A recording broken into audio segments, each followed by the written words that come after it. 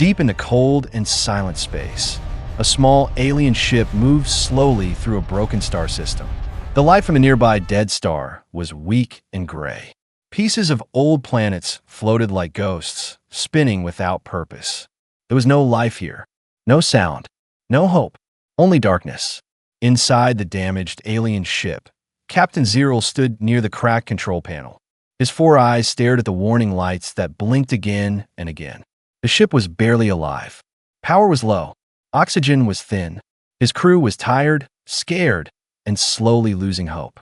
One of his officers, a young alien named Kryn, spoke in a weak voice. "Captain, the Void Reapers are still following us." A dark image appeared on the screen. Far away, like a shadow on the edge of space, something moved. It was not a ship. It was not a machine. It was not even alive in the normal sense. It was a void shape, large and silent, eating all light around it. The Void Reapers. They had destroyed 10 worlds in less than a cycle. Entire civilizations were gone. No warnings, no mercy, just darkness and dust. Zero remembered the last message from the High Council before their planet fell. There is only one species we have never dared to contact, the Deathworlders, the humans. The thought made Zero's skin tighten with fear. Every species in the galaxy feared humans. They came from a violent, dangerous world, a world full of storms, quakes, fire, and war. Humans survived by fighting their own planet. They were said to be cruel, angry, uncontrolled, but they were also said to be unstoppable. Kryn looked at the captain with wide eyes. "You don't mean to contact them, do you?" Zero was silent for a long moment. Another explosion rocked the ship. Metal screamed. Somewhere, a crew member cried out in pain. "We have no one else to ask," Zero said slowly. "Everyone else is already gone or running." His claw moved toward an old, forbidden panel. It had never been used before. It was marked with strange warning signs in many alien languages. Even looking at it made his heart race faster. "Captain, the laws forbid it," Kryn whispered. "Humans are not part of the Galactic Order." "Neither are the Void Reapers," Zero replied. The shadow on the screen came closer. It was feeding on the energy of the broken star. The dead light vanished into the monster. The temperature inside the ship dropped even more. Zero closed his eyes for a short moment, then opened them and made his choice. He pressed a button. A deep pulse went through the ship. Lights flickered. The long-range transmitter powered on, using the last of their energy. A signal, old and powerful, exploded into the dark universe. It flew through empty systems, across forgotten worlds, past silent moons. It was one simple message. "We request emergency aid. The Void Reapers are attacking. We're out of time. Any Deathworlder vessel, please respond." Silence answered first. Long, painful silence. Minutes felt like hours. The crew watched the dark screen. The shadow grew closer. Now they could see parts of it moving, like twisted metal and living smoke. Their weapons did nothing against it. "We should have never done this," Kryn said, shaking. "They will kill us if they hear us." "They won't answer," another crew member cried. "No one will." Suddenly, the screen changed. A new signal broke through the static. Clear, sharp, human, unidentified alien vessel. "This is United Earth Fleet Warship Titan. Your signal has been received." The alien bridge went completely silent. Then the voice continued. "You are facing a level 7 extinction threat. Hold your position. You are now under human protection. Reinforcements are on the way." Zero's heart stopped for a second. They answered, he whispered. Stars in front of the ship began to bend. Space itself twisted like water. A massive shape began to form from nothing. Then another. Then another. Giant human warships appeared from hyperspace, each one larger than a city. Dark metal, burning engines, glowing weapons lined their sides. Hundreds of small fighter crafts poured out like angry metal insects. The alien crew stared in pure shock. "These aren't ships," Kryn said in awe and fear. "They are weapons." On the main human ship bridge, a tall man in dark armor stood silently. His face was calm, cold, and focused. This was General Hawk. He looked at the incoming data on his screen. The Void Reaper. Massive, ancient, Deadly. A small, slow smile touched his lips. So, he said quietly, something out there thinks it's the apex predator of this galaxy. He turned to his officers. Prepare all weapons. Wake the sleeping fleets. Activate the forbidden programs. Today, humanity reminds the universe why we were feared. Outside, the Void Reaper turned its attention toward the human ships. And for the first time in its long existence, the monster hesitated. The human ships floated in perfect formation, blocking the path of the Void Reaper like a wall made of iron and fire. Compared to the small alien vessel, they were massive. Each one carried enough weapons to destroy a planet. Inside Zero's ship, the crew could not move. They could not speak. They simply watched. The shadow monster slowed. It had never seen such a fleet before. On the main human warship, General Hawk studied the dark shape that twisted through space. It was large, but to him, size meant nothing. He had faced storms stronger than this, on a world far crueler than any alien could imagine. Analyze its energy pattern, Hawk ordered. A human AI answered in a calm voice. It feeds on stars, gravity, and fear-based frequencies. Conventional weapons have low effect probability. Recommendation: extreme measures. Hawk's eyes narrowed slightly. Good, he replied. I don't like normal weapons anyway. He tapped a control on his arm. All nearby ships responded at once. Humans of the Ninth Fleet, Hawk spoke, his voice reaching thousands of soldiers. That thing out there has erased worlds. It thinks it is untouchable. Today, we teach it the meaning of resistance. A low and dangerous laughter spread across the channels. Human fighters launched in waves, moving like sharp arrows through the dark. They did not wait for commands. They rushed forward, fearless, like hunters finally seeing their prey. The Void Reaper reacted. Its body opened, creating a massive dark spiral that bent space around it. Several fighters were pulled in and crushed instantly. The alien crew screamed at the sight, but the humans did not stop. More ships flew forward. Missiles fired. Lasers burned.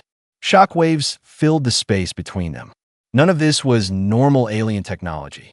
It was wild, violent, brutal. Zero watched as humans flew toward the thing that had destroyed whole civilizations. They are insane, Kryn whispered. They rush into death. No, Zero replied slowly. They rush into battle. There's a difference. On the human bridge, an officer yelled, We lost 12 fighters. Hawk nodded once. Send 20 more. The officer froze for a moment. Sir, they will die. Hawk looked at him. We are already dead, he said quietly. We just decide where and how. A new weapon moved into position behind the fleet, a ship so large that even the Void Reaper seemed small beside it. Symbols on its hull warned of danger in many languages. Zero's scanners struggled to understand it. What is that? He asked. A human voice answered through the open channel. That, alien captain, is something we built and promised we would never use. Your enemy forced us to break that promise. The Void Reaper sensed the change. It sent a dark wave toward the fleet, killing power, killing light, killing heat. Several alien systems in nearby space shut down. Even Zero's ship flickered. But one thing did not stop. The human ships. They burned brighter instead. Are they resisting it? Kryn asked in shock. Yes, Zero whispered, because they were born on a world that tried to kill them every day. General Hawk raised his hand. Charge the gravity breaker, he ordered. The massive weapon began to glow. Space itself began to scream around it. Planets in the distance cracked. Time felt heavy. For the first time, the Void Reaper turned, trying to escape. But humans had already closed the trap. Fleets appeared behind it, above it, and below it. Hawk whispered the final words. You should have never followed them. His hand dropped. Fire. A blinding surge of broken gravity exploded toward the ancient monster. Space shattered. Reality bent. And the battle for the universe truly began. The burst from the gravity breaker did not explode like normal weapons. There was no simple fire. No easy light. Instead, space itself twisted into strange shapes. The dark body of the Void Reaper cracked like broken glass. A terrible, silent shockwave rushed in all directions. Zero's crew held their breath. For a moment, there was nothing. Then the shadow moved again. The Void Reaper was damaged, but it was not dead. It began to change. Pieces of it reshaped. Hard, sharp structures grew from its surface. It learned from the attack. New armor spread across its body, glowing with stolen energy. It is adapting, Kryn said in fear. It is becoming stronger. On the human bridge, alarms rang. The target is evolving, the AI announced. Its structure is reacting to human weapons. Estimated danger level, extreme. General Hawk only stared at the screen. Good, he said. Then we do not repeat ourselves. The Void Reaper sent out dark tendrils, faster than before.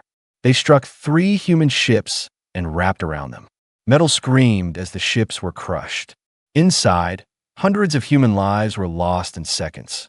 The alien crew watched in horror. Why do they stay? One alien cried. Why do they not run? They don't know how, Zero answered quietly. A human pilot's voice appeared on open channel. It was broken but calm. This is Fighter 7. I am caught. Reactor is overloaded. General Hawk heard it. You can eject, he said. The pilot laughed softly. No, sir, but I can take it with me. Before anyone could answer, the signal cut. The fighter flew deeper into the heart of the Void Reaper. There was a white flash. A part of the monster exploded into dust. For the first time, it screamed. A soundless scream that filled the minds of everyone nearby. It was pain they could feel inside their thoughts. The monster was afraid now. Human pilots felt it, and they smiled. Did you feel that? One pilot said. It can suffer. Then let's teach it more, another replied. More human ships moved closer. They ignored the danger, flying straight into the shadow. They planted glowing devices onto its surface, human bombs that drilled into its body. The Void Reaper shook violently, trying to throw them off. But humans held on. On the alien ship, Zero could not understand what he was seeing. They choose death so calmly, he said. What kind of minds can live with this? Kryn looked at him sadly. Maybe they already made peace with death long ago. Suddenly, a new image appeared. Deep within the Void Reaper, something massive woke up. A hidden core, bright and filled with stolen lives and energy from dead worlds. The AI spoke fast. Warning, inner core detected. It is gathering power to open a void gate. If that happens, more Reapers will arrive. How long? Hawk asked. 3 minutes, the AI replied. The entire battle froze for 1 second. 3 minutes to the end of everything. Hawk looked at his fleet. Many ships were burning. Many were silent. Thousands were already gone. But not a single one moved away. Humans of the fleet, he spoke. 3 minutes decide the fate of this galaxy. The aliens called us monsters. He paused. So let's be monsters for them. A new ship moved forward from the back lines. It was smaller than the others, but carried a strange symbol, a red skull over a broken planet. Zero did not understand it. What is that ship? He asked. A human engineer replied, his voice tired but proud. That is a dead man vessel. It does not come back. The dead man ship flew straight toward the glowing core, breaking through defenses, losing pieces, burning, melting, but still moving.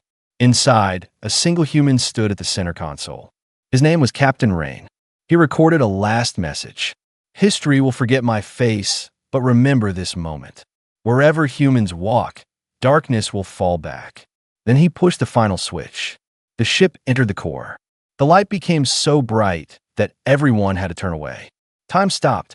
Then, a silent explosion bigger than a sun tore through the Void Reaper from inside. Half its body vanished. Space trembled. The monster was now wounded deeply, but still alive. And even more angry. Its remaining half turned toward Earth's direction. Zero's blood ran cold. It knows where they come from, he whispered. General Hawk looked at the data and spoke a final dangerous truth. Then this is not just our war anymore. He looked at the vast darkness ahead. It has just become a war for Earth itself. The broken half of the Void Reaper twisted through space like a wounded beast. Its dark body slowly turned, no longer focused on the alien ship or the human fleet. It was looking in one direction, Earth. Zero realized it before anyone spoke. All his sensors showed the same line. A straight path from the monster to the human homeworld. It knows where they were born, he whispered. Kryn's voice shook. Then it will go there. It will destroy their world the way it destroyed ours. On the human command ship, the mood suddenly changed. The calm anger became something else. Something colder, more dangerous. A human officer spoke quietly. If it reaches Earth, billions will die. General Hawk stood still for a long moment. He did not look afraid. He looked insulted. It will not reach Earth, he said. The Void Reaper sent out a final wave of darkness. It was not an attack. It was a message, a deep pulse that echoed through space itself, a call to something far beyond. The AI reacted fast. Warning, it is sending coordinates into deep void. Unknown recipients detected. Estimated arrival time of additional Reapers. Unknown. Zeral's hearts beat faster. How many more? He asked. The AI paused, then answered. Possibly thousands. Even the humans went silent. Thousands of these monsters would mean the end of the galaxy. Hawk's eyes did not leave the screen. Then we don't wait, he said. We end it now. He opened a private channel to Earth. On the screen appeared a woman in sharp uniform. Her face was calm, but serious. Admiral Kane. You finally call home, Hawk, she said. A problem is coming to your front door, he replied. Bigger than anything we have ever seen. She looked at the data and understood instantly. This thing wants Earth, she said. Yes, he answered.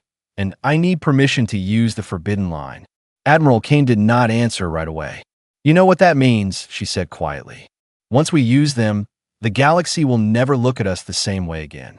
They already don't, Hawk replied. They call us Deathworlders. He paused. I'm done proving them right with words. Let's do it with action. There was silence. Then she gave one short answer. Permission granted. On dozens of human ships, hidden panels opened for the first time in centuries. Weapons that had been whispered about in human legends began to power on. Planet crackers, star freezers, time distortion mines. Alien technology was like fire compared to the human sun. Zeral watched in shock. These are not weapons, he said. They are nightmares given form. The Void Reaper saw it too. For the first time, it tried to flee. It created a massive dark wound in space. A portal. It planned to escape, to reach Earth faster through the void. But humans were faster. Launch time mines, Hawk ordered. Silver spheres dropped into the space around the portal. When they activated, time around the Void Reaper slowed down. Its movement became heavy, like flying through stone. Human ships circled it, trapping it in a cage made of gravity and broken time. Start the planet cracker sequence, Hawk said. Zeral's mind could not understand that sentence. You use that on planets, he whispered. Not creatures. A human pilot's voice answered him. This creature has eaten more worlds than any asteroid ever could. Today, it becomes the world that dies. The main cannon charged, pulling matter from nearby debris, moons, and dust. All of it was compressed into a glowing core of destruction. The Void Reaper screamed again, louder this time, louder than before. It was a sound of pure hate and pure fear. Then something else happened. Inside the Void Reaper, movement shapes. Smaller forms, thinking forms. They are inside it, Kryn gasped. Other beings still alive. Zeral saw it too. Prisoners. Consumed races. Minds trapped in endless darkness. Hawk saw it as well. For the first time, he hesitated. If we fire, they die too, an officer said. They are already dead, another replied. But Hawk could not ignore what he saw. For a single moment, the general of Deathworlders felt something heavy in his chest. Then the Void Reaper used those faces. Images of destroyed worlds, crying creatures, dying children filled the human screens. A final attempt to break their minds. Zeral expected the humans to fall back. Instead, the opposite happened. Their faces turned hard. We carry ghosts every day, Hawk said coldly. Yours will not stop us. He raised his hand. Fire. The planet cracker released a beam, so bright it burned vision itself. It struck the center of the Void Reaper. The core split, but at the exact moment of impact, a new signal appeared behind the fleet. A voice not human, not alien, but ancient and calm. You have made too much noise, children. A massive second shadow formed far larger than the first. Older, stronger, watching Earth. The system feared it. Zero whispered the final words as Part 4 ended. This was only the scout. The alien fleet had never seen a vessel like this. It didn't burn like plasma. It didn't glow like energy. It silenced space itself. Sensors across 1,000 alien ships went blind in the same instant. Not overloaded, afraid. Their systems recorded a presence so dense, so deliberate. It was as if the universe had inhaled and was holding its breath. Then the human warships spoke. Not in language, in code, in gravity, in time. Every allied and hostile nation across the galaxy froze as the same message carved itself into their long-wave communications. You called us a rumor. Now remember us as a warning. The Alien Command Council ordered an immediate full-spectrum assault. Millions of weapons locked. Reality torches ignited. Star-breaking missiles awakened. But the human ship did not move. It simply opened. A fracture bloomed in front of it. Not a tear, but a decision. Space opted to step aside. From inside that impossible silence, thousands of smaller human vessels emerged, each one already targeting critical alien systems with mathematical elegance. No chaos, no panique, only precision. A young alien pilot whispered into an open channel, voice trembling. This isn't an invasion. This is a demonstration. Then the first alien dreadnought folded inward, collapsing without explosion, without flame, like a thought being erased from a mind that had outgrown it. Across the battlefield, alien shields failed one by one. Commanders realized in horror that human technology wasn't superior because it was stronger. It was superior because it understood the universe better. Inside the central human warship, the captain finally spoke to the crew. Mark this moment. The galaxy will divide history by it. A pause. Before they knew us, and after they feared us. And then the flagship accelerated, not forward, but through possibility, straight toward the enemy's home world. The final warning was never delivered, because humans had stopped giving warnings. The galaxy shivered, not with fear of death, but with the knowledge of what waited for those who dared stand against humanity. The massive shadow fleet, which had swallowed 10 worlds in silence, now faced the humans. And it was different this time. It was not attacking blindly. It was hunting, calculating, clever, deadly. But humanity did not flinch. On board the flagship, General Hawk watched the enemy's movements with cold, unyielding eyes. His crew waited in tense silence, each soldier ready to die, yet refusing to show a hint of hesitation. Death was a companion, not a threat.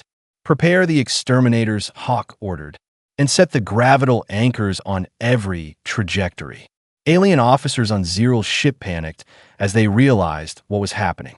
Gravital anchors, human weapons so powerful that they could freeze a planet's rotation in seconds, were being aimed directly at the fleet. They can't do this, one officer whispered, voice breaking. It will tear apart the system. They don't care, Zero muttered.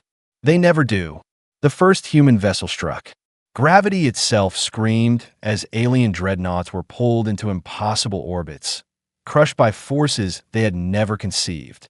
Ships collided, exploded, and vanished into clouds of space dust. The alien commanders barely had time to register the devastation. Hawk's voice was calm over the channels. Step aside. We are rewriting history. No one survives in our path who chooses war over life. And then came the exterminators, a fleet of smaller human warships, faster than thought, carrying concentrated bursts of energy designed to annihilate. They struck simultaneously at the alien cores. Systems melted, shields failed, and entire fleets disappeared in brilliant white flashes. Zero stared in horror. The aliens had fought countless wars, but nothing like this. Nothing could match humans. Humans did not just fight. They understood war itself as if the galaxy's rules were written for them. Even as some humans fell, brave pilots sacrificing themselves for every gain, the effect was unstoppable. Each death fed strategy, feeding the fleet's precision and focus. Humans were engineers of destruction, sculpting victory from sacrifice. A massive explosion erupted near the flagship of the alien empire. The core shattered. Alien leaders screamed, but no one could save them. Entire star systems trembled as the death toll climbed. Hawk looked at the communications panel. He saw Zeral's face, pale, shaking. Fear, confusion, respect. Tell your people, Hawk said, voice low but lethal. Deathworlders do not fight for glory. We fight because the universe demands it. Remember this day. Remember who ended your empire. And then the humans stopped. Not because they had no power, not because they feared retaliation, but because the enemy no longer existed. The first empire, once mighty, had fallen. Entire worlds were freed from tyranny, and the humans continued their silent, terrifying march toward Earth. Zeral's crew finally understood the truth. Humans were not simply powerful. They were inevitable, unpredictable, unstoppable. And in a galaxy full of civilizations, one species now stood above all. Hawk gazed at the remnants of a shattered fleet. His eyes were cold, distant. History will remember one lesson, he said softly, almost to himself. Never beg the Deathworlders for mercy, and never think you can outrun them. And with that, the humans set their course back toward the dark reaches of space, leaving silence, fear, and awe in their wake. The galaxy would never be the same again. The galaxy held its breath. After the fall of the first empire, silence stretched across the stars. No one dared move. No one dared speak. Every species waited, knowing the Deathworlders had returned home, but nobody truly understood what that meant. On board the flagship, General Hawk watched the cosmic void through the massive observation window. The wreckage of fleets burned faintly in the distance. The galaxy was free, but free for what? Hawk knew the universe had one lesson left to learn. Admiral Kane, he said calmly, the galaxy is watching. It wants answers. Are we going to give them one? Admiral Kane nodded. Her face was pale, but unwavering. It's time they understood. From the depths of Earth, massive signals were sent across space. Ancient codes, buried for centuries, activated every human installation, every hidden weapon system, every intelligence node. The galaxy's eyes widened as the message became clear. Humans were not just warriors. Humans were architects of survival itself. Zeral's alien fleet, still trembling from the previous battles, intercepted the signals. For the first time, he heard the truth behind the legends. Humans were not born from peaceful lands. They were forged on a planet that tried to kill them every day. Storms, earthquakes, volcanic eruptions, raging predators, all designed by nature to eliminate the weak. Humans surviva, humans adapta, humans thriva. And then they looked outward. Every tool humans ever built, every weapon, every spacecraft, every algorithm was not just technology. It was a declaration of intent. Every action humans took carried one message. We endure, we dominate, and nothing survives that threatens life we protect. The galaxy could feel it. The humans' return to space was not a conquest. It was a lesson. The Void Reaper, still alive, trembled at the revelation. It understood now. Humans were not a race to fight. Humans were a force of nature. The universe's laws bent, shifted, and broke in their presence. Then Hawk spoke across all channels, his voice carrying both calm and absolute authority. Today, the galaxy sees us. We are not gods. We are humans. And we do not bow. We do not bargain, and we do not hesitate. Those who call for mercy will find none. Those who call for help will find our precision. This is the way of the Deathworlders. And in that moment, humanity revealed its final secret. The Earth itself was a weapon, not just in stories, but in reality. Deep underground, hidden for eons, lay forces capable of altering stars, bending gravity, and reshaping planets. Humanity had restrained it until the galaxy demanded it. Zeral stared in awe and terror. They are unstoppable, he whispered. They do not fight. They exist, and the universe obeys. Hawk turned from the observation window. His eyes glowed faintly in the dim light. "Let this be the final warning," he said. "The galaxy will remember. Humans are not to be underestimated. Never." And as the alien fleet retreated, as civilizations whispered legends, and as the Void Reaper fled into the void, the stars themselves seemed to bow. The Deathworlders had returned.